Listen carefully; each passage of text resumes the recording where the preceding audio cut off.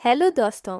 मेरे भाई मुझे बचपन से ही बहुत प्यार करते थे और मैं भी उनके बहुत करीब थी। मैं अम्मी अबू से भी ज्यादा उनसे लगाव रखती थी। आहिस्ता आहिस्ता में बड़ी होती गई और हमारी दोस्ती और भी गहरी होती चली गई। इस वक्त मैंने नई जवानी में कदम रखा था और अपनी सहेलियों से मर्द और औरत के रिश्तों के बारे में नई नई बातें सुन रही थी।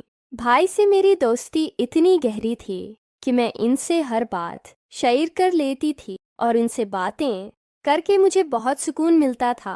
एक रात की बात है, कह अम्मी और अब्बू घर पर नहीं थे भाई के सर में बहुत तेज दर्द हो रहा था। उन्होंने मुझसे कहा, कोमल जरा चाय बनाकर मेरे कमरे में ले आओ। मैंने जल्दी से चाय बनाई और भाई के कमरे में ले गई। भाई ने चाय साइड टेबल पर रखवा दी। मैं उनके पास ही लेट गई कि भाई का सिर दबा देती हूँ। भाई अपना फोन देख रहे थे। भाई मुझे वीडियो दिखाने लगे। इस वीडियो को देख कर मुझे बेचैनी होने लगी। चलो दोस्तों, मैं शुरू से बताती हूँ कि क्या हुआ। मेरा नाम कोमल है और मैं 19 साल की हूँ। अभी अभी मैंने 12वीं क्लास पास की है। मुझे पढ़ने का बहुत शौक था, लेकिन मेरे अब्बू मेरी पढ़ाई के खिलाफ थे। मैंने अम्मी और भाई से कहा कि मैं आगे पढ़ना चाहती हूँ, तो क्या आप दोनों मेरी मदद करोगे और अबू को मनाओगे। अम्मी ने अपनी तरफ से बहुत कोशिश की, लेकिन अबू नहीं मान रहे थे। इनका कहना था कि आजकल कॉलेज में पढ़ाई कम और आशिकी ज़्यादा होती है।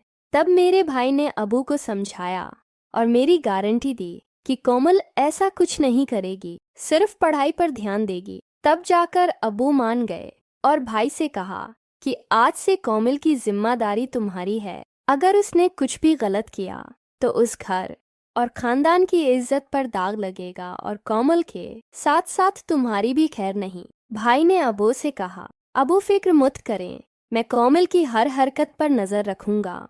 इस वक्त मुझे पता नहीं था कि भाई के जहन में क्या चल रहा है और वो मेरी इतनी हमायत क्यों कर रहे हैं।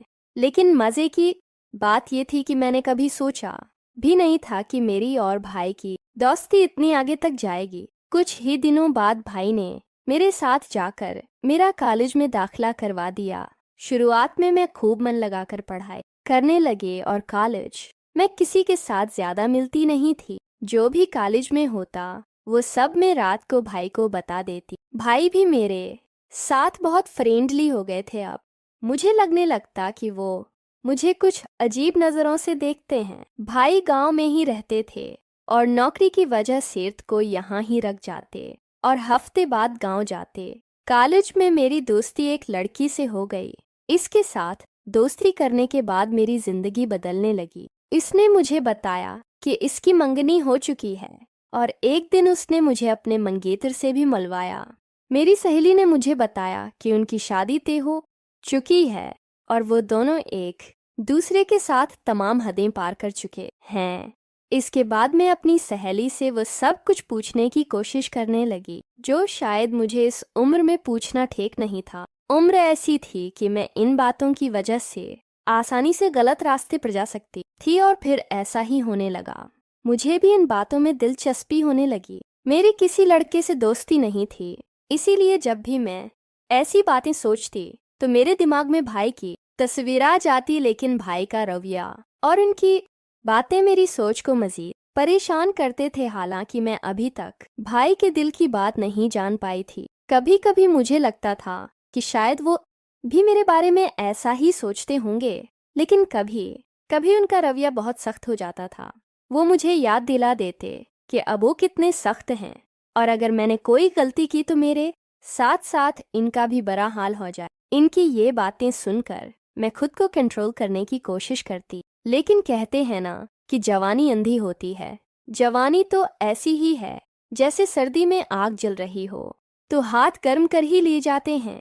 मैं जैसे ही कॉलेज जाती फिर वही सब बातें सुनने को मिलती। फिर मैं कॉलेज से घर आकर अपने दोस्तों की बताई हुई बातों को सोचने लगती। इस दिन मेरी भाई जॉब से घर वापस आए तो आकर बैठ गए और पूछने लगे, क्या सोच रही हो कोमल। मैं अपनी हर बात भाई को बताती थी, फिर वो चाहे कैसी भी बातें क्यों ना हो। भाई भी मुझे ऊपर से नीचे तक देखते हुए बोले, हाँ बताओ क्या बताना है तुम्हें, तुम्हारी दोस्त ने तुम्हें क्या बताया है। मैंने इन्हें कहा मेरी दोस्त मुझे बता रही थी कि इंटरनेट पर बहुत किस्म की वीडियोस होती हैं जिनमें हर तरह की वीडियोस मिल जाती। तो मैं ये कह रही थी कि आपके पास भी तो मोबाइल है और साथ में नेट का पैकेज भी लगा हुआ है, आपने भी वो वीडियोस देखी होंगी। तो क्यों ना हम दोनों मिलकर वीडियोस देखें और एंजॉय करें। मैंने यह बात अपना चेहरा भाई के नजदीक लाकर सरगोशी वाले अंदाज में कही। वो फटी फटी आंखों से मेरी तरफ देखने लगे। मुझे लगा जैसे वो मुझे अच्छी तरह से पटाई लगाएंगे, लेकिन फिर अचानक ही उन्होंने मुझे बड़े गौर से देखा और फिर शायद दिल ही दिल में कुछ फैसला क्या, और फिर वो मुस्कुरा पड़े और मुझे सरगोशी वाले अंदाज में कहने लगे, देखो कोमल, ऐसी बातें अबू के सामने मत करना, वरना तुम्हारा तो बड़ा हाल होगा ही, साथ में मुझे भी घर से निकाल देंगे। बाकी रही वीडियोस देखने की बात, तो तुम रात के वक्त मेरे कमरे में आ जाना, मैं तुम्हें तमाम वीडियोस दिखा दूंगा। भाई की आंखों में एक शरारत थी जो इस वक्त मुझे समझ नहीं आ रही थी। इसके बाद भाई अपने कमरे में चले गए और मैं पढ़ाई करने लगी और आने वाले वक्त के बारे में सोचने लगी। अब मेरा दिल किताबों में नहीं लगता था और रात को क्या होगा यही सोचने लगी। लेकिन पढ़ाई करना भी जरूरी थी, क्योंकि पढ़ाई के मामले में भाई बहुत ही ज्यादा सख्त थे और मुझे कहते थे कि सबसे पहले तुम्हारी पढ़ाई और बाकी मौज मस्ती बाद में है। इनका कहना था कि अगर तुम पढ़ाई में अच्छी रहोगी तो तुम्हारे अबू भी समझें गए कि लड़की पढ़ रही है और तुम्हारी आज़ादी के दरवाजे तुम्हारे लिए खुले रहेंगे। इनकी ये बात मुझे भी बिल्कुल ठीक लगती थी, इसलिए मैंने अपने दिल से सारी बातें निकाली और दिल लगाकर अपना कॉलेज का काम करने लगी और जल्दी जल्दी सारा काम खत्म कर दिया। जैसे जैसे रात करीब आ रही थी मेरे दिल में भी हलचल हो रही थी। फिर जब मैं सारे कामों से फ्री हुई तो रात को आराम से मैं भाई के कमरे में चली गई। मैं जब कमरे में गई तो भाई लड़कियों की मैगजीन देख रहे थे। मुझे देखते ही वो मुस्कुराने लगे और उन्होंने वो मैगजीन छिपा दी। सर्दियों का मौसम चल रहा था और सर्दी दिन बदन बढ़ती जा रही थी। आज रात तो सर्दी बहुत ज्यादा थी, इसलिए मैं जाते ही भाई के बस्तर में घुस गई और भाई के पास चिपक कर बैठ गई और उनसे कहा, अब मुझे जल्दी से वीडियो दिखा दो, नहीं तो फिर अबू के आने का टाइम हो जाएगी। और फिर बना टाइम जाया कि मैं वीडियो देखने लगी। वीडियो देखते ही मुझे अपने अंदर एक अजीब सा बदलाव महसूस होने लगा। लेकिन मैंने अभी कुछ